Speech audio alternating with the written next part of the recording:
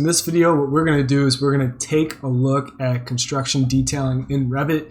I can make a lot more videos like this one if you'd like. Don't forget to hit the like button if you do like the video, and hit the subscribe button if you want to see more videos like this one. So taking a look, here's a project I put together. This is a whole wall section with some callouts for some additional detailing. We're going to make something very similar to this using similar techniques that I use to make this detail in Revit. So opening up a new project, what I've done is I've created just a basic structure here that we're going to go and slice building section through. And we're going to end up creating something along this line. I think we can do this within a fairly reasonable time in this tutorial. So let's begin. So in this project view, I'm going to go and get to my level 1 floor plan. And the first thing we want to do is draw a section line through the building. And so I'm going to go and do that right now by going up to the View tab. And in the View tab, clicking on Section and drawing a building section all the way through.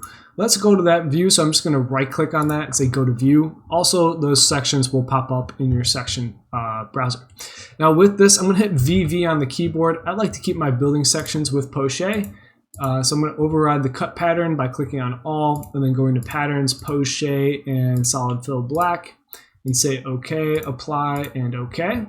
And then with this, I actually like to do my then wall section through a callout and then callouts within a callout. However, you could also just do a wall section instead of building section. So here I'm just going to go and drag this callout over and off to the side. I would change my scale if I want this to look a little bit more different. So let's say 1/4 inch for our plans, and then turning off the crop box.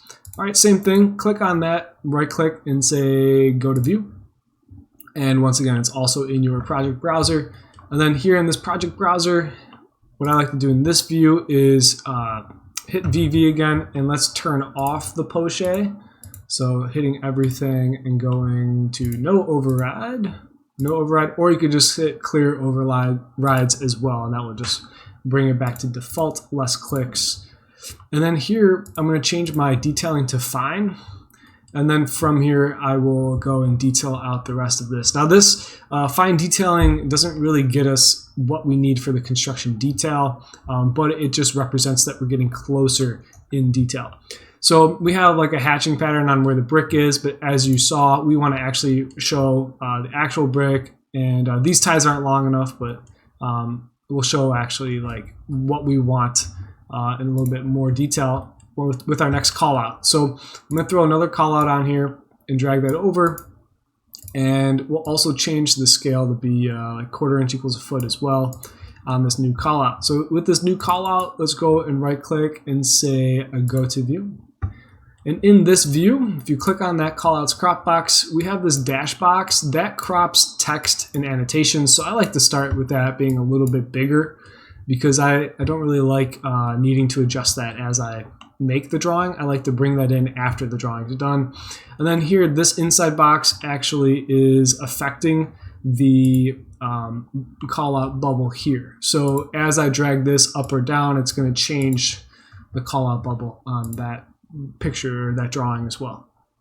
Okay, so once I get my view crop to show about as much information as I'm going to want to show, then I'm going to click off of it and hide the crop box. And then now we're ready to start detailing. So let's go and start with the foundation. The first trick I'm going to show you, when you click on that, you have to go to the View tab, and we're going to go to Cut Profile. And this is where we change the shape of this only in this view. So it doesn't actually change the shape of it in 3D, but it does change the lines and how they appear in this view. So we're going to click on this footing here, and let's go and draw a line, snap to the middle. And this is, we're just going to use this line temporarily as a mirror line. And then I'm going to go and create this key for the foundation wall, the key into the footing. And we're going to mirror that on the line we just drew, and then delete that line out. The arrow represents what is kept. So the orange line is the profile of what we are modifying.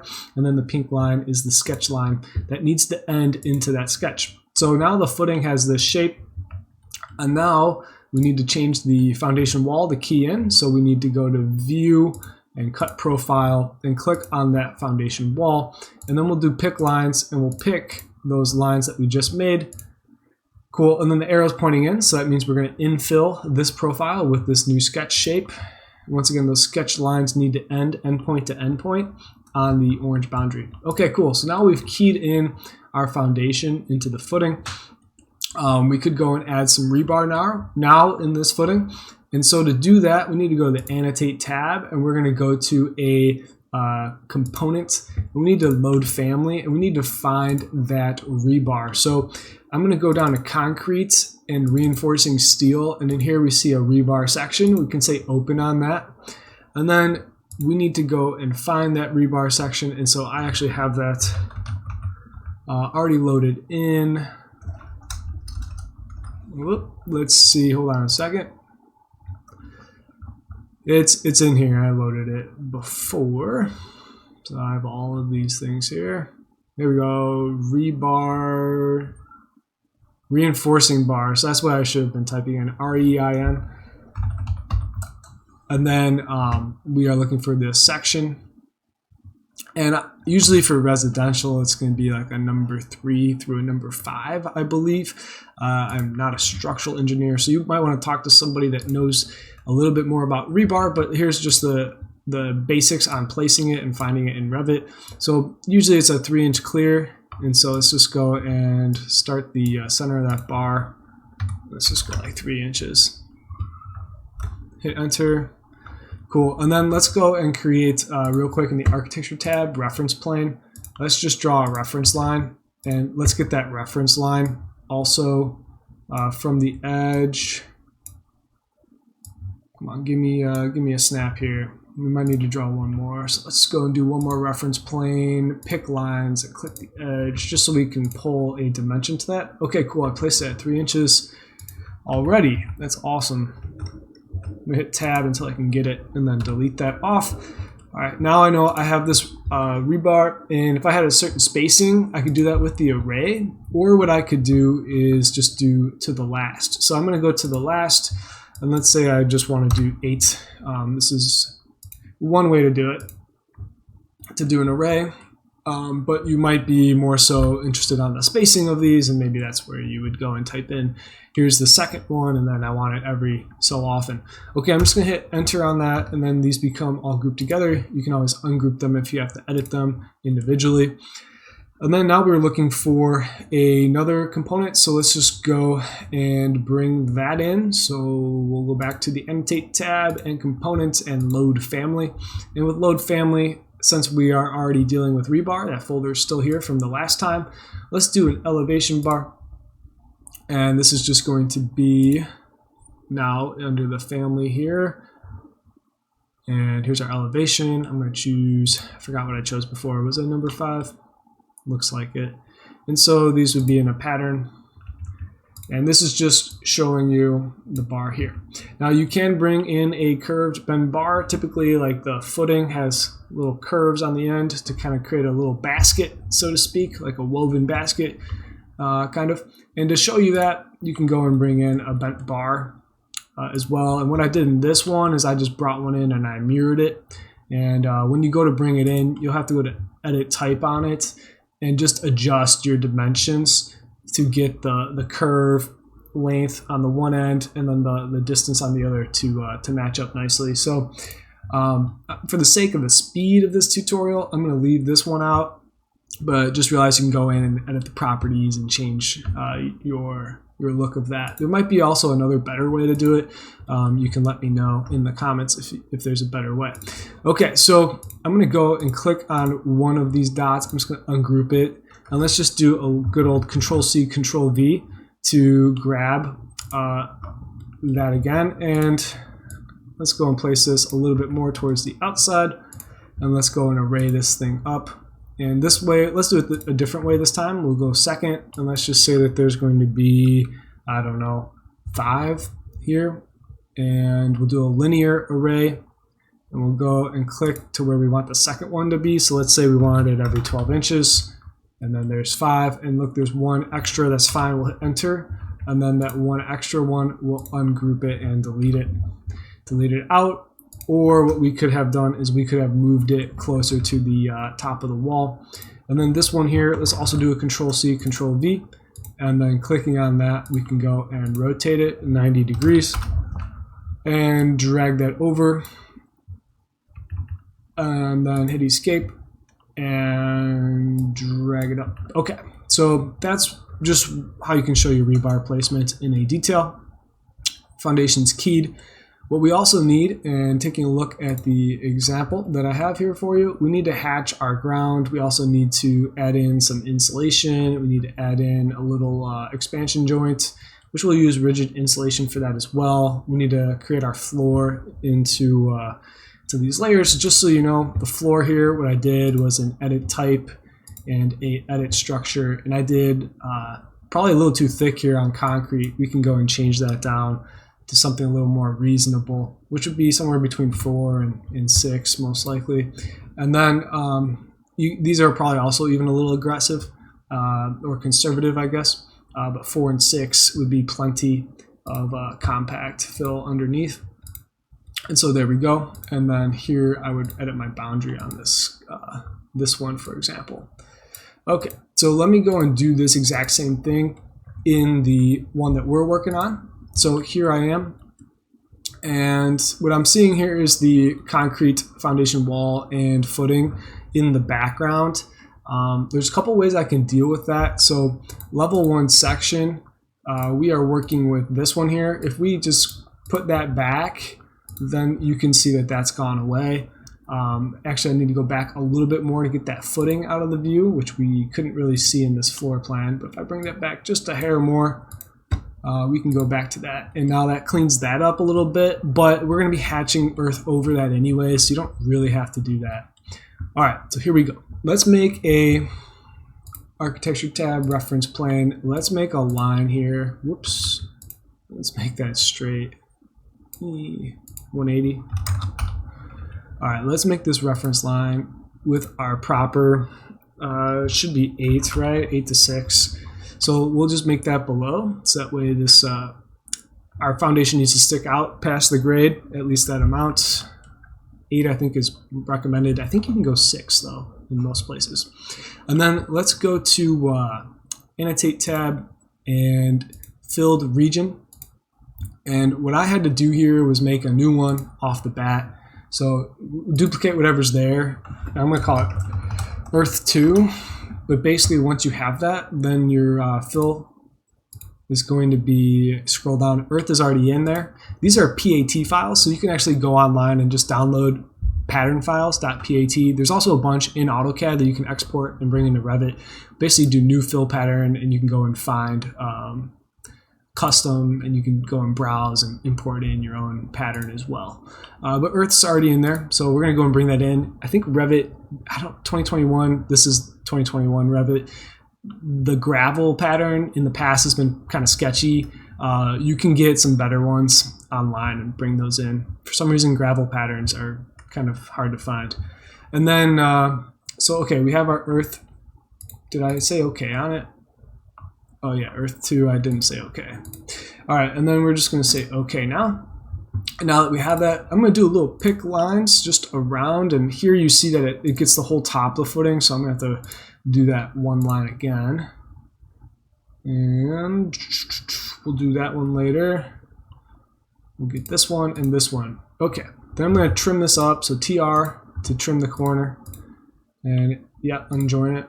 And then we'll draw that line. This one to this one is all good. Okay, then I just have a couple lines to draw endpoint to endpoint. Remember on your sketches, they need to be endpoint to endpoint, a chain of lines, no overlaps, no gaps, and no duplicates. And then from here, I'm gonna do a spline, and I'm just gonna go from my reference point and down and create a little bit of a slope on the Earth. And I'm gonna exit out of the crop of the screen there. Just hit enter and then escape, and then we'll just do the line tool here. And once again, I'm gonna go a little lower just to make sure I'm beyond whatever I need. I'm gonna come up, I'm gonna use TR to just connect those lines, and we should be all good. You would hope that TR works on these two, but it never does. So I think it's because they're not straight lines. Polyline, I don't think you can do that. So we're just gonna go and drag and snap that now down. And we'll check that off, and now we have our Earth hatch. We can delete this reference line. We don't need that anymore. Okay, so now that we have our Earth hatch, let's go and create our gravel fill around the drain that's going to be our clay tile drain that's going to be at the footing. So we'll go back to our filled region, and here you're going to go through the same process. I just make one called gravel fill, and I just use sand for that right now. That's going to be okay. Very similar process. We're going to just click around the footing, and then we'll do a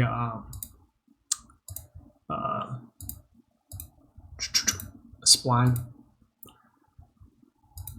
to whatever you want that to be, and drag and snap to the endpoint and check that off. Continue. I always forget to do this last trim. There we go. Check that off. Okay, cool. Now that we have that gravel fill, maybe it's too deep, maybe you want to change it. You can also mirror it on the other side if you want to do a 2 drain on either side of the footing. Now let's go to detail line, and we'll create a circle. And I have wide lines on here right now, so there's a couple ways you could do this. Let's change our scale to be more of what we intend it to be at the end. Let's say 3/4 inch equals a foot. And then here I'm going to go and draw this this drain. And so if I want it to be like an 8-inch drain, I'm going to draw it with a 4-inch radius. And so wide lines will work well to show the section. If you have thin lines on, there's a little shortcut up here to see thin lines. This will help if you're detailing things out, but make sure that that's off to see how it's going to print.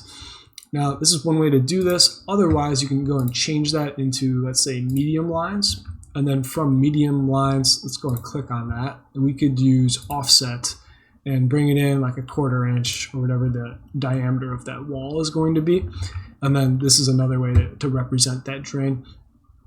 Maybe on the outside, I'll change that back to wide lines if I wanted to, right? And however, if I'm zoomed in a little bit more, let's say 1 inch equals a foot, you would see that a little bit more clearly. Okay, so now with this, I'm going to go and make a masking region. So before I was doing filled regions for hatching patterns, I'm going to use a very similar tool, but just for you to see something different, I'm going to use masking region. And this is just like using whiteout.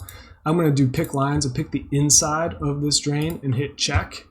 And then now I have a nice opening shown in that pipe, so there's no sand in there. Now I can actually drain water. Okay, so we need to add the insulation and the expansion joint. So that's a component as well, detail component. So once again, I'm in the annotate tab, clicking on component and load family. Knowing the folders to get to takes a little bit of time. But under detail items, that's where I am. So I'm in English Imperial, and I'm going down to detail items. And in detail items, thermal and moisture protection. There's expansion control. It has actually little backer rods and caulking joints. But I'm going to go to thermal insulation. I like the idea of using like an EPDM, rigid insulation. Not EPDM, that's roofing. XPS, extruded polystyrene, I believe, as a rigid insulation, basically closed cell. So we're going to go and take that and say open, and I already have this loaded into the project. So it's over here, and let's just see if I can find it. So here we go. I'm just going to use a 1/2 inch one right here to do the expansion joint break. Now I could have also specified here, with some curved rebar, that this is going to be a monolithic pour of the pad and the footing. The other way to go is like more of a floating pad, which I have here with an expansion joint. So that's what I'm doing. And then I'm going to do the same thing, but off over here. So I'm going to go and just copy that over. Here's another way to copy. And then I'm going to click on that and change that to a, let's just go with like a 2 inch. And we'll move that over. Now I could just move it, but here's another command, the align command. Click on the edge of what you want and what you want to move to. You can even lock it to stay in position there. And then I'm going to go and just move this guy down a little bit below and dragging that down. Okay, so there's our insulation on the outside of the wall. You could also throw it on the inside too, but not necessary, I believe. Okay, and then from here, we want to detail out this brick wall. Now this brick wall has a pretty big air gap. We can actually go and measure that. That's a 3 inch air gap. If we click on this wall, we can go to edit type. And what I like about this is it gives you a good base point, right? It gives you a great base point. I'm going to change this to a 1-inch wall air gap, and you can see the list of everything that's in here. And we're going to say OK and OK, and now that wall has become a 1-inch air gap. And we could once again use the align here and go and align that up. Note that when I changed this, it changed all of the walls in the project, and so I would need to just realign all those walls if I want the brick, course of brick to land right on, flush with the edge of the foundation. Okay, so now with this, let's go and we're gonna detail over this, and we're gonna hide this at the end. So here we need to make a repeating detail component. So I'm gonna go to the annotate tab, and in order to do a repeating detail component, we have to actually first load in the detail. They give you a brick automatically, but let's say you wanted CMU block, you would go to detail component, load family, get the CMU block. Now you can use that as a repeating detail component. It's basically the array command as a detail component. And so I have my brick repeating detail. I'm going to go and click and just click up, and now there we go. And in this repeating detail, kind of like the array command, I can go and edit type, and I can change my spacing to be what I want my brick thickness plus the grout joint to be. And then actually, hold on. You can also do a rotation on those. So there's all kinds of ways we can go and adjust that detail. And then let's go and bring in a mortar joint. So I'll show you where that's at. We're going to go to detail component. Yeah, go ahead and save. Thanks, Revit. Load family, and we're going to go up to masonry. Common work results. It's always a guess here, but I've been guessing correctly more and more often now. I still feel like I haven't memorized it, but I feel like I'm guessing better. And then we're going to go to masonry mortaring mortar section and say open, and so that's what we want. And then here, let's go and search then. So mortar, and I don't know which one I want, to be honest. And so here I'm going to go and let's go to thin lines. So I'm going to go up here in the quick access bar, click on thin lines. This is where it's handy. And I know I want to, I'm going to snap it down here for right now. And then move the brick up. I'm going to start with a mortar. There we go. Okay. And then with this mortar, I'm going to use I could use repeating detail, and I would just measure the distance. So we could do it that way. I could measure this distance between the brick, or look at the details on the brick and figure that out. Or what I could do is an array command. So I'm going to do an array on this one. Go and click on this detail. The first one I'm going to do here is just copy and paste that up in a position, and we're just going to go and bring that up. Let's get it up and drag it down to what we need that grout to be at.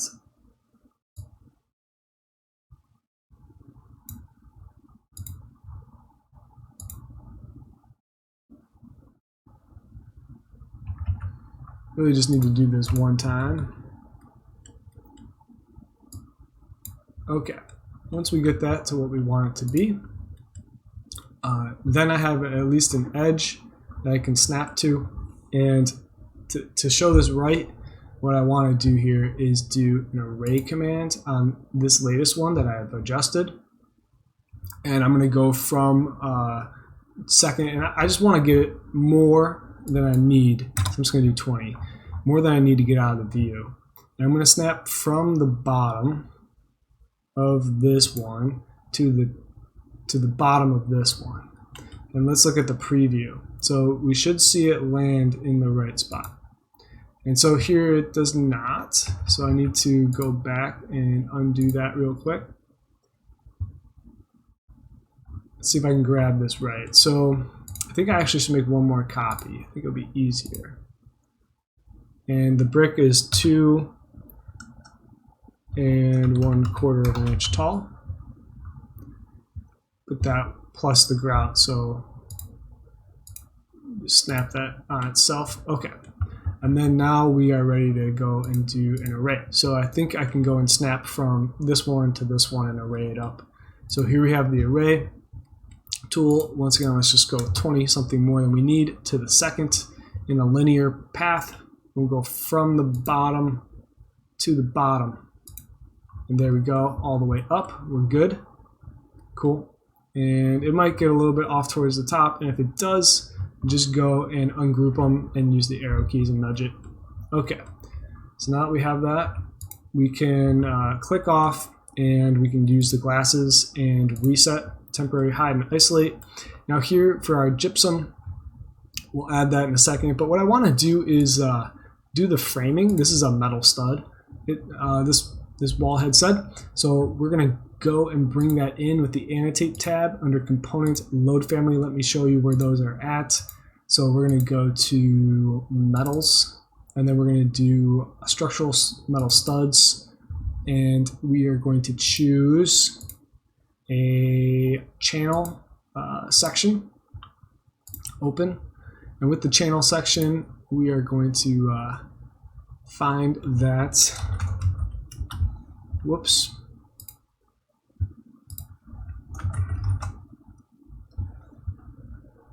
channel stud section, and this is a 6-inch wall here.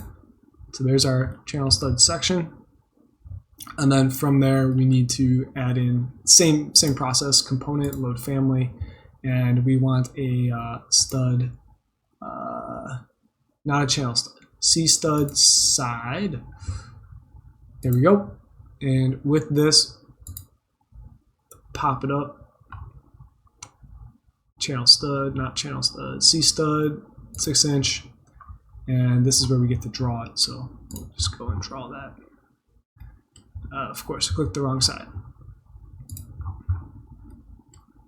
All the way up and out. Cool. Go and click on that. Just make sure it takes up the width that it's supposed to, and I can just go and nudge that over. Okay. So now with that stud, then when I go and like hide this wall, now we see that we have the stud, we have the channel, which I can go and bring this to the front so we see it, and then we need to add the gypsum and then also the sheeting. So let's reset that temporarily just to see our spacing. So this looks like it's possibly like a 1/2 inch on this wall is what this is asking for. Yeah, 1/2 inch gyp.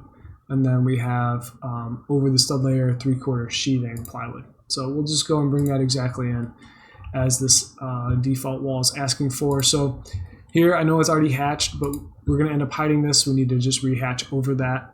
So I'm going to go to components under load family, gypsums under finishes. So we'll go to finishes here, and plaster and gypsum board.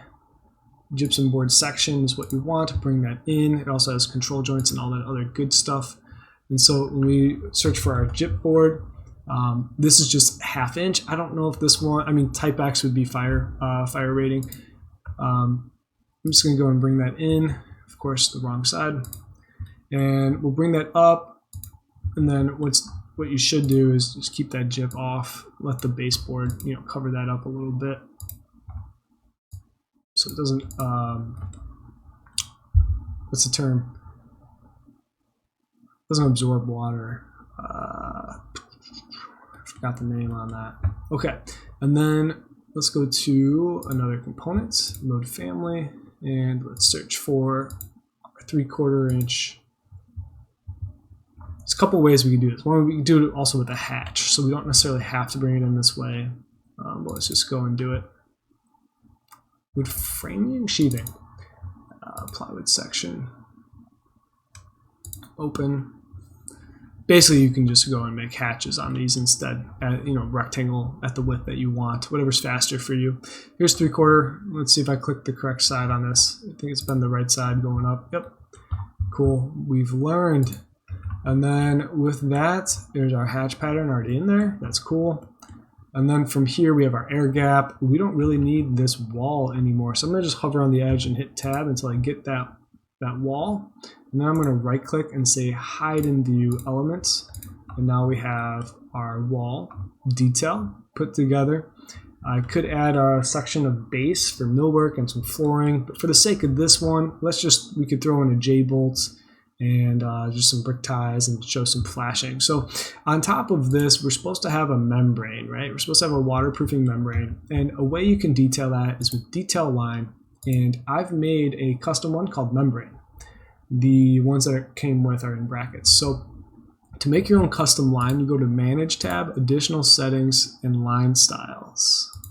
With line styles, you're going to expand that. You're going to go to New. And here we can go and type in membrane 2. And that's because I already made membrane 1. 1 is thin lines, 2 is medium, 3 or 5 is thick. So we'll go and make that a medium line weight. And then from here, let's go and choose a dash.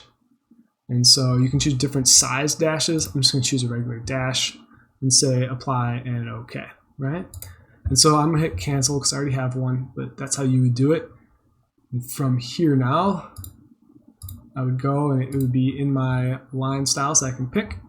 And we can just do pick lines and we can just back it off a little bit. Let's say like 0.125 of an inch and just pop that on right there. Now it doesn't look thick because thin lines is still on, so let's turn thin lines off. And now we can see our membrane coming down our detail. And now from here, we can go and place in, so I'm going to do thin lines again. I'm going to go and place in a detail line that's just a regular wide line. And this will be the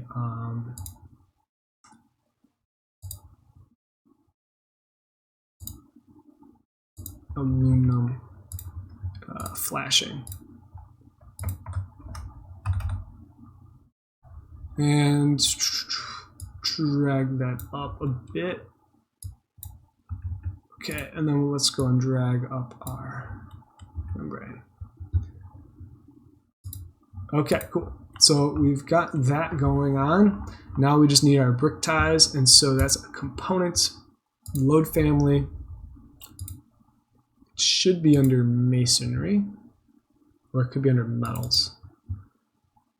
Common work, anchoring, and let's go down to all kinds of ties, right? All kinds of ties. I'm just going to go to the corrugated tie section and say open.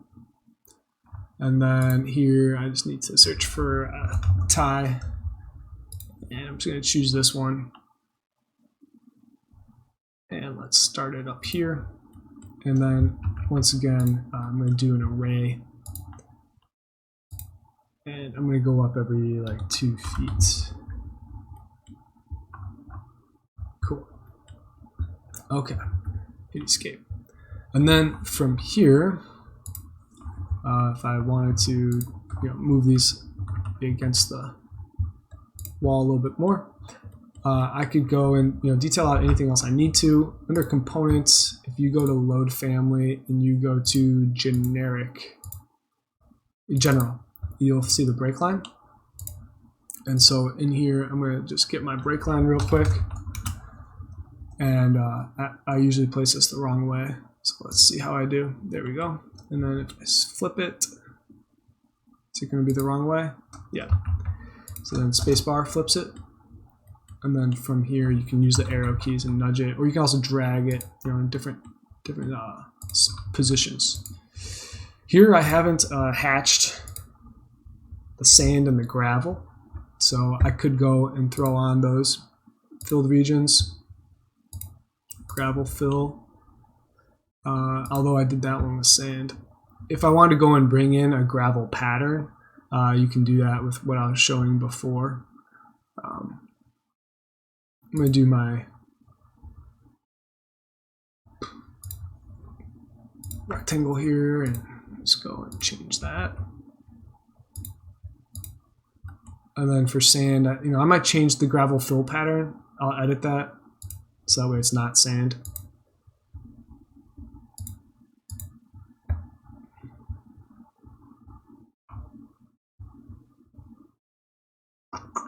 You don't want concrete, obviously. Let's see what the plaster kind of looks like. It's just more dense. Alright, well, they have gravel patterns you can download. I have some around, but I think for the gravel fill right now, I'm just going to use a diagonal crosshatch for the sake of this. And then I'm going to go and use like a sand. I'm going to make a sand one. So I'm going to use hatching region, edit type, duplicate, fill. Change that to sand.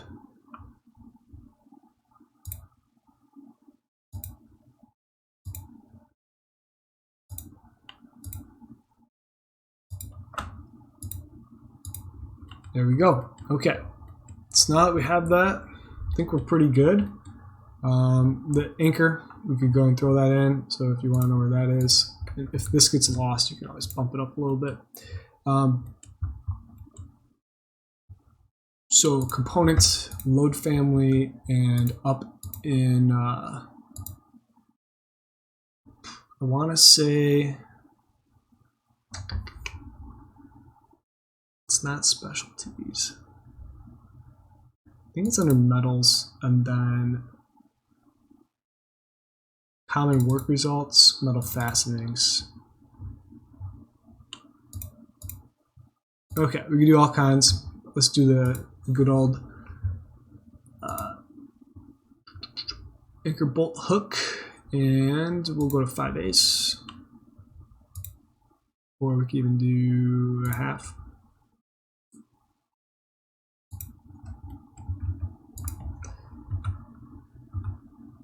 Okay, so there we go. We have pretty much detail done. We didn't do any flooring, finished flooring, you know, on top of here and base and trim, but you get the idea. This is how you go in detail in Revit. These are a bunch of little tips and tricks, all the way from doing cut profile to importing in families to hatchings to maskings, right? You need to think of Revit and any 3D modeling program as getting close. It's kind of like rough framing. And then from there, you need to go and make some modifications. But it's really not too bad detailing in Revit. You can go and then annotate over. So annotate, I like to do a little curved one. Throw that in with what you want to say. So blah, blah, blah, blah, blah. And then from here, you can go and edit the type of that as well. And you get a lot of different options. And so doing like a little dot, let's look at that. And then we can go and throw that on, right? What we're talking about. So there's a lot of ways to customize your text as well, and it turns into a family. So right now, this is the 1/4" Arial. When you go and edit it, make your own, make sure you duplicate, rename, and then you can adjust the text size and height and all that other good stuff too. Okay, if you liked the video, please save, subscribe, hit the like button, help me out, and let me know what other kind of videos you want to see.